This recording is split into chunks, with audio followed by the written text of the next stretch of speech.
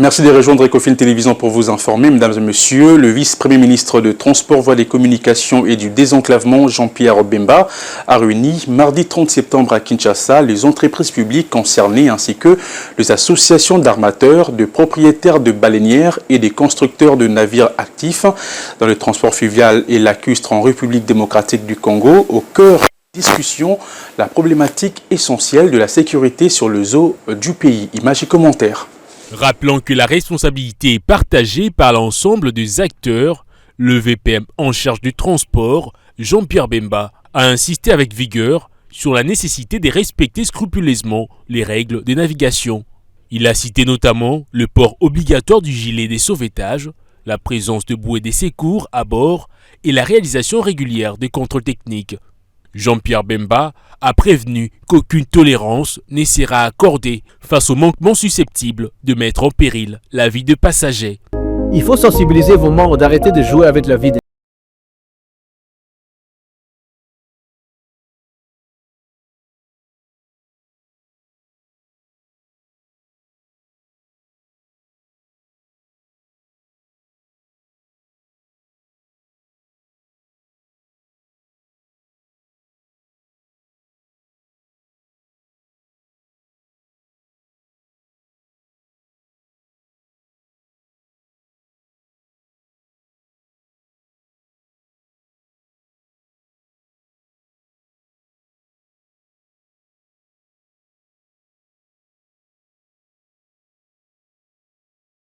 le port du gilet et la bouée de sauvetage. Et ne démarrez pas, même si vous corrompez les commissaires pluviaux là. Tant qu'il n'y a pas de gilet, vous ne démarrez pas, c'est tout, vous n'embarquez pas. Ça, c'est le minimum des minimums. Alors, puisque vous n'écoutez pas, et dans les statistiques, ce sont tous les baleinières, on va les supprimer. Le dernier naufrage d'une baleinière, encore présent dans le mémoire, illustre la gravité de la situation. Ces drames, qui se répètent avec une inquiétante régularité, trouvent leur origine dans la vétusté des embarcations, l'absence de balisage adéquat des voies fluviales et lacustres, ainsi que dans l'insuffisance du contrôle exercé par l'État. À Kinshasa, ce 1er octobre 2025, le ministre de Finances Doudou Fwamba Likoundé a lancé le premier cadre officiel d'échange avec la FEC, marquant une nouvelle ère de dialogue entre le gouvernement et les secteurs privés. Dans un esprit de transparence et de co-construction, il a rappelé l'importance du partenariat avec les forces vives de l'économie pour la réussite des réformes fiscales, douanières et parafiscales. Suivez. Au cours du lancement de ces premiers cadres officiels d'échange avec la FEC, marquant une nouvelle ère de dialogue entre le gouvernement et le secteur privé, le ministre des Finances Doudou Fwamba Likoundé a rappelé l'importance du partenariat avec les forces vives de l'économie pour la réussite de réformes fiscales, douanières et parafiscales. Nous avons commencé notre partenariat sur de bonnes bases. Alors, il a été prévu depuis le début de notre investiture en juin 2024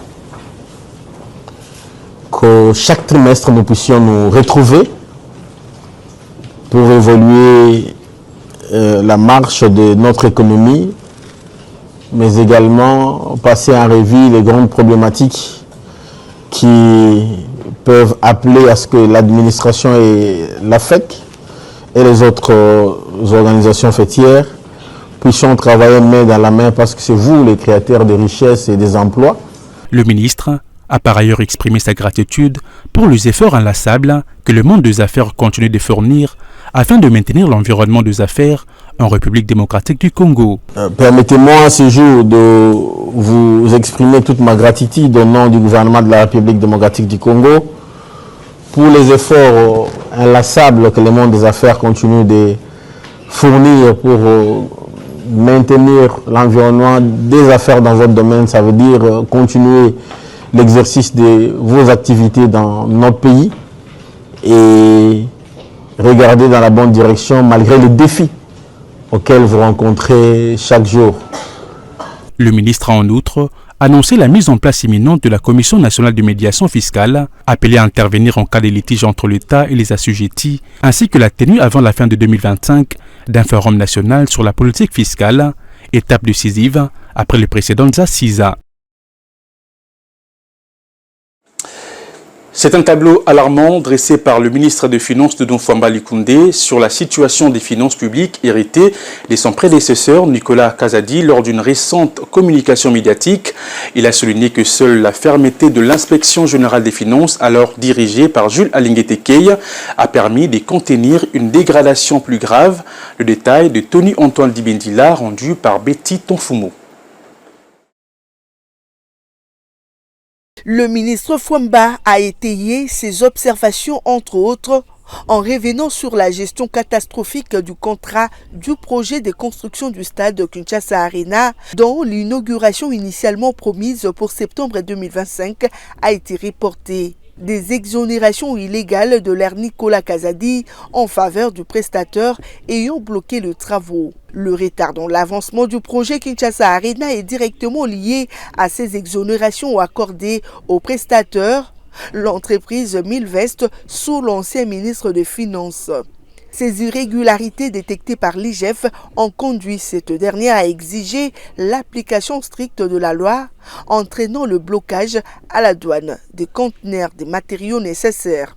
Personne, ministre des Finances soit-il, ne peut accorder les exonérations de la nature de ces contrats-là, car la procédure est connue pour chaque type d'exonération, a affirmé Doudou Fwamba, dénonçant la violation de règles établies. Cette situation a créé un conflit où l'entreprise Milvest, détentrice de documents d'exonération jugés illégaux par l'IGF, refusait de payer le droit des douanes. L'impasse a généré une accumulation de frais logistiques, impactant lourdement les calendriers initiaux. Le ministre Fwamba a indiqué qu'après un arbitrage politique et une résistance compréhensible de l'entreprise, la situation a finalement été réglée à l'amiable une fois que Milvest a accepté de s'y conformer aux lois de la République.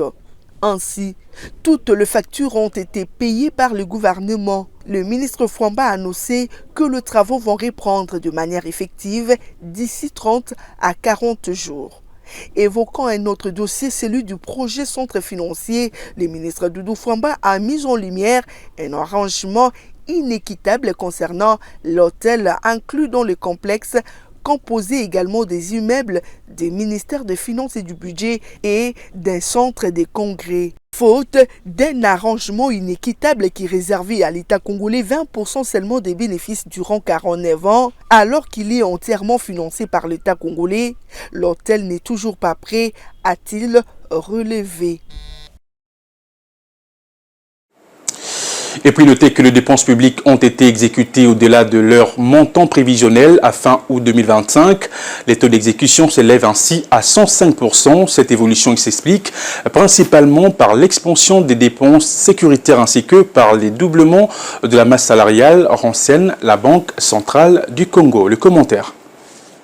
21 869,2 milliards de francs congolais. C'est le montant total des dépenses publiques exécutées à fin août 2025. C'est ce qui renseigne la Banque centrale du Congo à travers sa note hebdomadaire des conjonctures économiques au 19 septembre 2025. Cette somme consommée durant les 3 premiers trimestres de l'année en cours représente un taux d'exécution de 105%. D'après la Banque centrale du Congo, cette évolution s'explique particulièrement par les dépenses exceptionnelles, à savoir sécuritaires et humanitaires. À cela s'ajoute le doublement de la masse salariale. S'agissant des recettes publiques, elles ont totalisé à fin août 18 159,2 milliards de francs congolais, soit un taux de réalisation de 103,8%. Il s'agit d'une performance portée par le régie financière, dont particulièrement la Direction générale des impôts. Les recettes de la DGI se sont élevées à 10 638,7 milliards de francs congolais, enregistrant un dépassement de 34,3% par rapport à la programmation. C'est autant pour les recettes parafiscales qui ont enregistré une plus-value de 1,1% par rapport aux prévisions pour un montant total de 3 157,7 milliards de francs congolais. Par contre, les recettes douanières ont accusé une moins-value de 5,9%, se chiffrant à 4 370,8 milliards de francs congolais. Dans le reste de l'actualité, en début de semaine, le ministre national de Mines, Louatoum Kabamba, a tenu une audience à son cabinet à Kinshasa avec le responsable des coopératives minières du Lualaba, province clé de l'industrie minière en République démocratique du Congo. Les échanges ont porté sur des sujets essentiels tels que la formalisation de l'exploitant artisanaux, la traçabilité du minerai, le respect des normes environnementales et la lutte contre minière. Les représentants des coopératives ont également exposé leurs difficultés, citant notamment la faiblesse des infrastructures, le manque d'accès au financement et le besoin d'un encadrement technique accru. On les écouta. L'entreprise générale du cobalt est partenaire avec les coopératives qui sont encadrées par le SAIMAP. Donc dans le cadre de nos activités, il était essentiel d'avoir un dialogue avec elles par rapport à nos activités que nous sommes en train de lancer, puisque nous sommes en plein développement de celle-ci. Et donc, il était important que l'autorité entende les desiderata de nos partenaires avec qui nous sommes en forte collaboration et sur lesquels nous sommes en train d'avancer sur du concret. Donc, par rapport à cela, par rapport à l'encadrement qu'ils ont du SAIMAP, il fallait que nous aussi, nous ayons un dialogue avec elles pour écouter les différentes problématiques qu'elles ont, puisque aujourd'hui, il nous faut vraiment trouver des solutions par rapport à la problématique de l'artisanat minier en RDC. Je pense que c'est un impératif, c'est une mission qui nous est confiée par le gouvernement de la République. Je pense que le ministre a encore insisté sur cela. Il faut que nous travaillions dans la confiance, avec du sérieux, vraiment pour fortifier ce partenariat. C'est un partenariat essentiel puisque notre rôle, c'est de racheter la production des artisanaux, des coopératives, puisque c'est ça le schéma de fonctionnement que nous avons. Donc nous étions en train d'échanger sur ces questions. Je pense qu'il sera intéressant d'avoir aussi leur son de cloche pour décrire vraiment ce pacte que nous sommes en train de consolider. C'est une réunion prometteuse parce que ce qui nous manque, ce sont les actions. Les principes avaient déjà été élucidés et à ce jour d'aujourd'hui, avec l'équipe de EGC qui est en place, le pacte devra être scellé et nous allons pouvoir interagir davantage avec EGC pour aller vite en besogne et répondre à la vision du chef de l'État, celui de la souveraineté des mines de Congolais, et échanger quant à l'assainissement de la chaîne. Et je sais la bienvenue pour qu'ensemble nous puissions avancer, assainir la chaîne, nonobstant certaines inquiétudes qui devront être réglées sur place à Kolwezi. Mais les pactes, les partenariats qui existaient depuis toujours, qui est en train d'être ravivé, nous espérons que dans un bref délai, EGC mettra la main à la pâte pour que nous puissions voir notre plaidoyer être en action.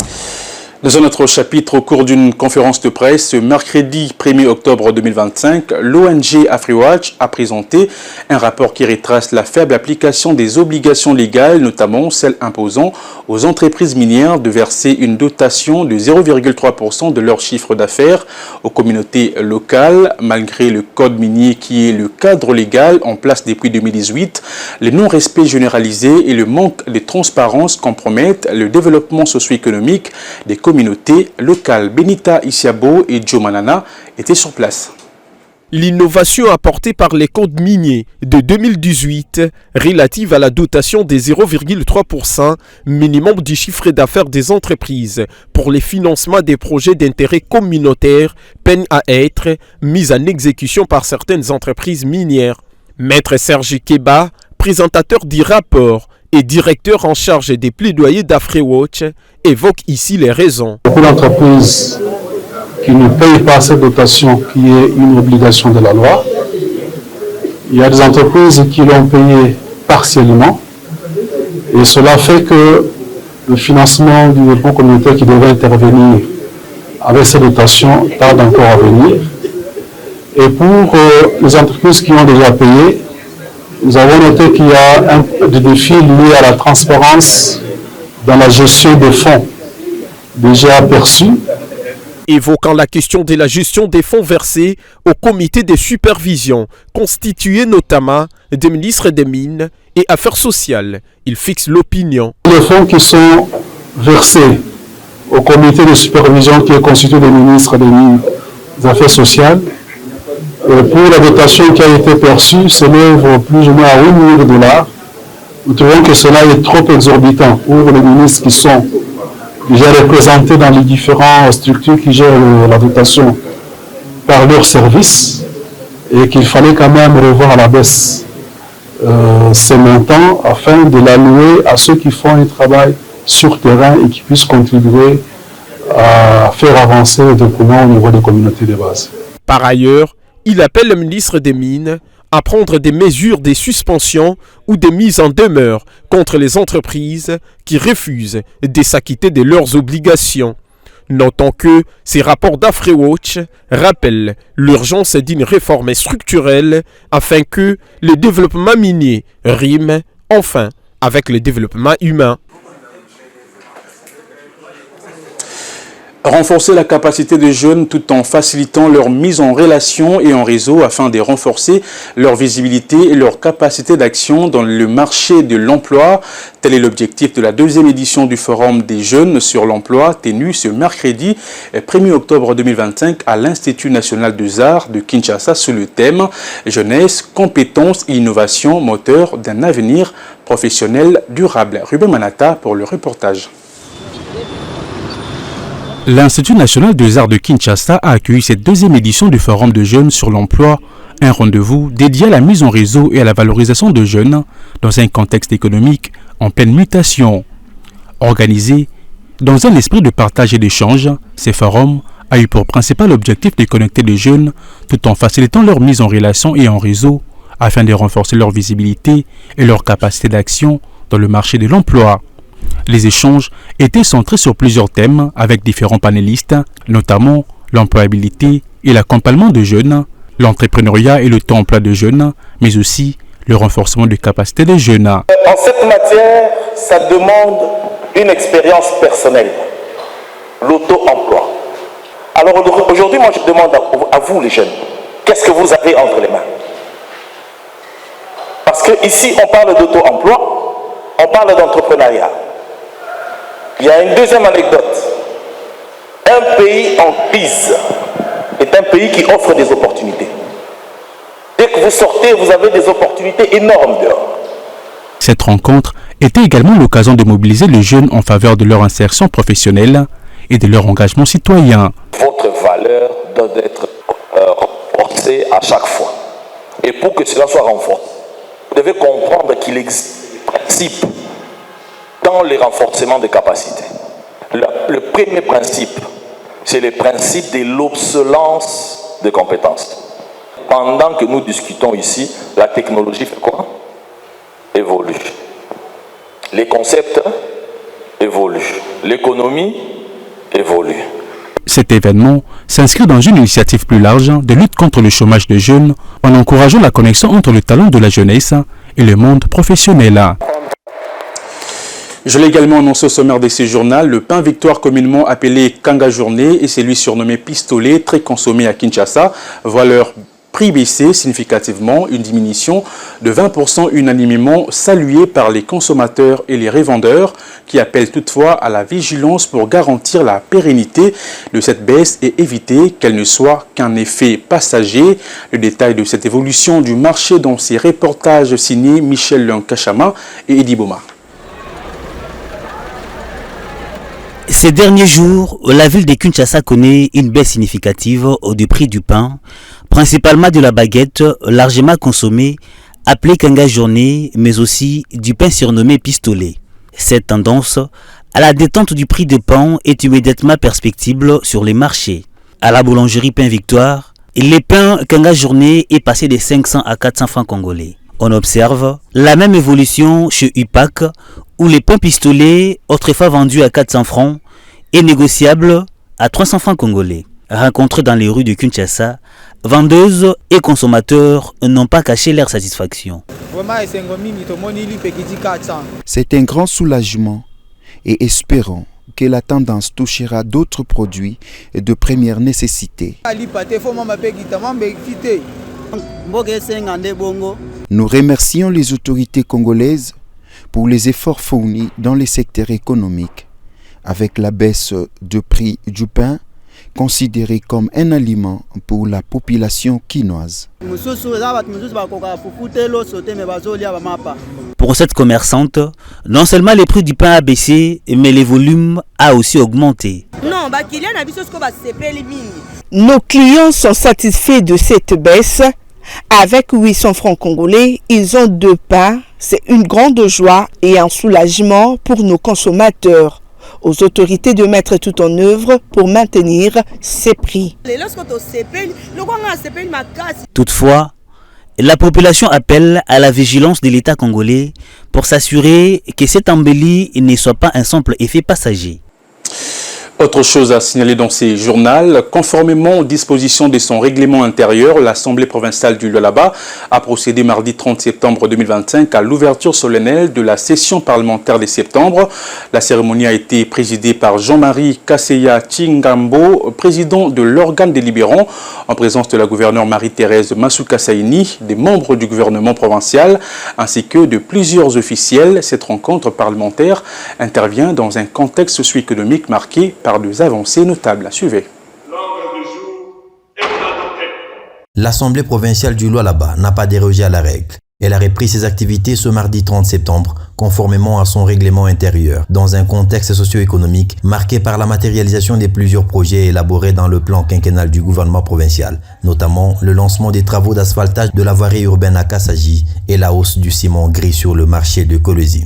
Cette session parlementaire de septembre a été solennellement ouverte par le président de l'organe délibérant, Jean-Marie Kasseya Tchingambo, en présence de la gouverneure du Lualaba, Marie-Thérèse Masuka Saini, et de quelques autorités politico-administratives, entre autres les membres du gouvernement provincial et ceux du cabinet de la gouverneure. Le numéro 1 de la première institution provinciale a tout d'abord salué dans son discours la collaboration irréprochable entre l'exécutif et l'Assemblée provinciale, surtout en ce qui concerne les avancées significatives constatées dans la situation sécuritaire sur l'ensemble de la province. Cette dynamique s'inscrit dans la vision politique du chef de l'État, Félix-Antoine Tshisekedi Tshilombo. L'Assemblée provinciale du Lualaba salue la mise en œuvre de l'usine mobile d'asphaltage à Kassaji, la deuxième ville de notre province, et le lancement des travaux d'asphaltage de sa voirie urbaine depuis les après-midi de ce vendredi 26 septembre 2025.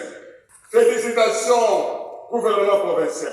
Sans plus tarder, les élus du peuple doivent se remettre au travail pour statuer sur les priorités du vécu quotidien de la population et des problèmes socio-économiques, vu que cette session de septembre est essentiellement budgétaire, a martelé le président de l'Assemblée provinciale. Pour ce faire, le gouvernement provincial est appelé à déposer son projet d'édit budgétaire exercice 2026 dans le délai imparti. Honorables députés et chers collègues, je ne peux clore mon propos de ce jour sans nous rappeler l'obligation réglementaire qui nous incombe de déposer les rapports de vacances parlementaires relatifs à la vie politique, sécuritaire, économique, sociale et culturelle de nos circonscriptions électorales respectives. Dernier que je souhaite à toutes et à tous une très bonne session et je formule le vœu qu'elle soit constructive et couronnée de succès pour l'intérêt de notre pays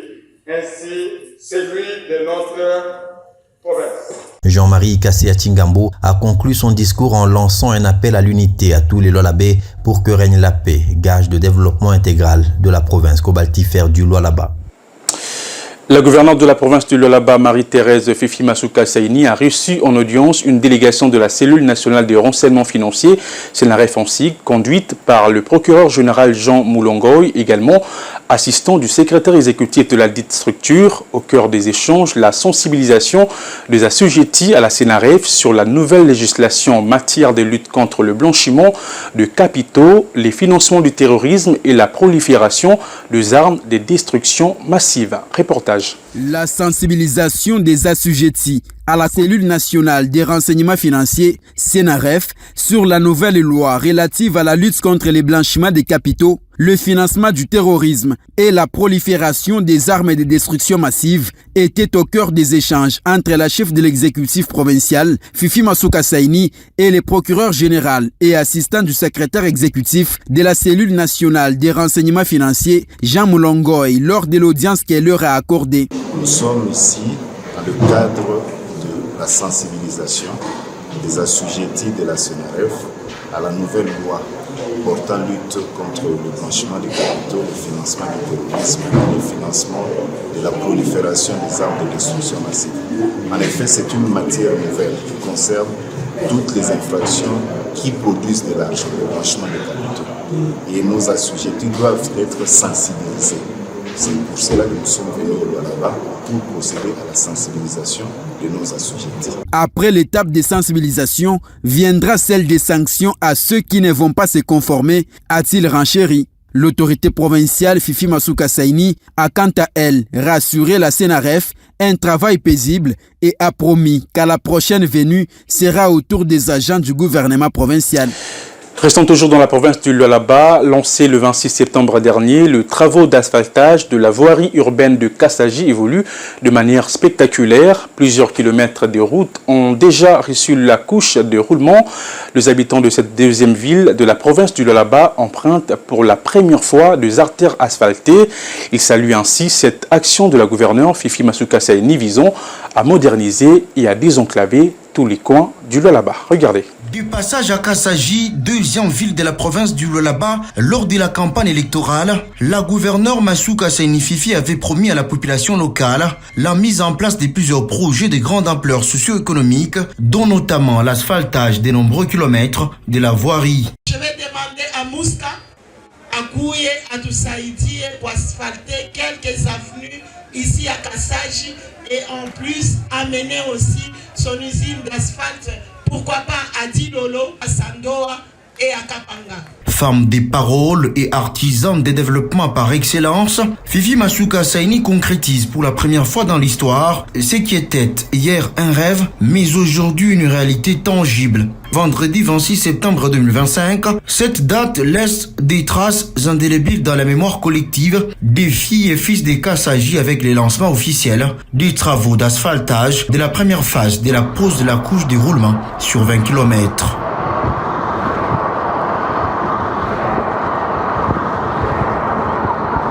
Ces travaux exécutés par les entrepreneurs locaux dont l'expertise n'est plus à démontrer dans les domaines des constructions et génie civil évoluent sans désemparer. Différents engins sont déployés sur l'avenue commerciale, l'une des artères ciblées par ces projets ambitieux du gouvernement Masuka. Visiblement, c'est un travail remarquable qui s'effectue avec professionnalisme sans précédent afin que les usagers roulent pour la première fois sur des routes macadamisées. Nous avons débuté par les décaissements. Nous avons décaissé à plus ou moins 20 cm de profondeur. Et puis nous avons passé par le compactage. Après, nous sommes arrivés au niveau de la pose de la latérite comme couche de fondation. Et les topographes sont passés pour évaluer les niveaux.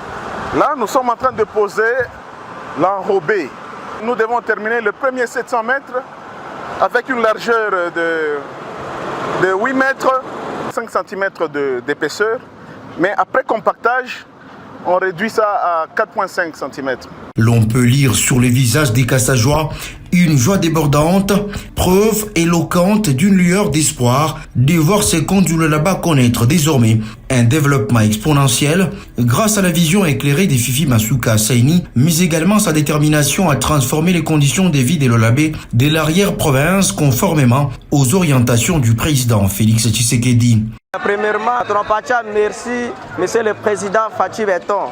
Mungu abariki sana. Muendelee na makazi, kesho tunamtongezea vingine. Chef de l'État vraiment tunampikia asante sana kwa ile volonté kunayo ya kututengenezea yako vile twa Kassaji. Mungu azidi kumubariki. En tout cas tunafurahi sana.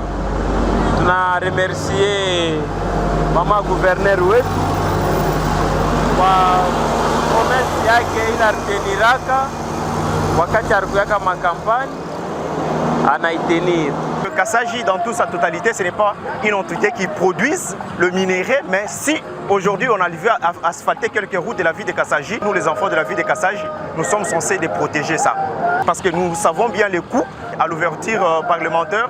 Le président de l'Assemblée provinciale du Lualaba a épinglé et il a félicité le gouvernement provincial du Lualaba. Désormais, Kassaji et les autres territoires du Lualaba sont dans une phase de modernité et de désenclavement total grâce à un leadership féminin des résultats. Ce journal est complètement terminé. Mesdames et messieurs, merci de l'avoir suivi et bonne suite des programmes sur nos antennes.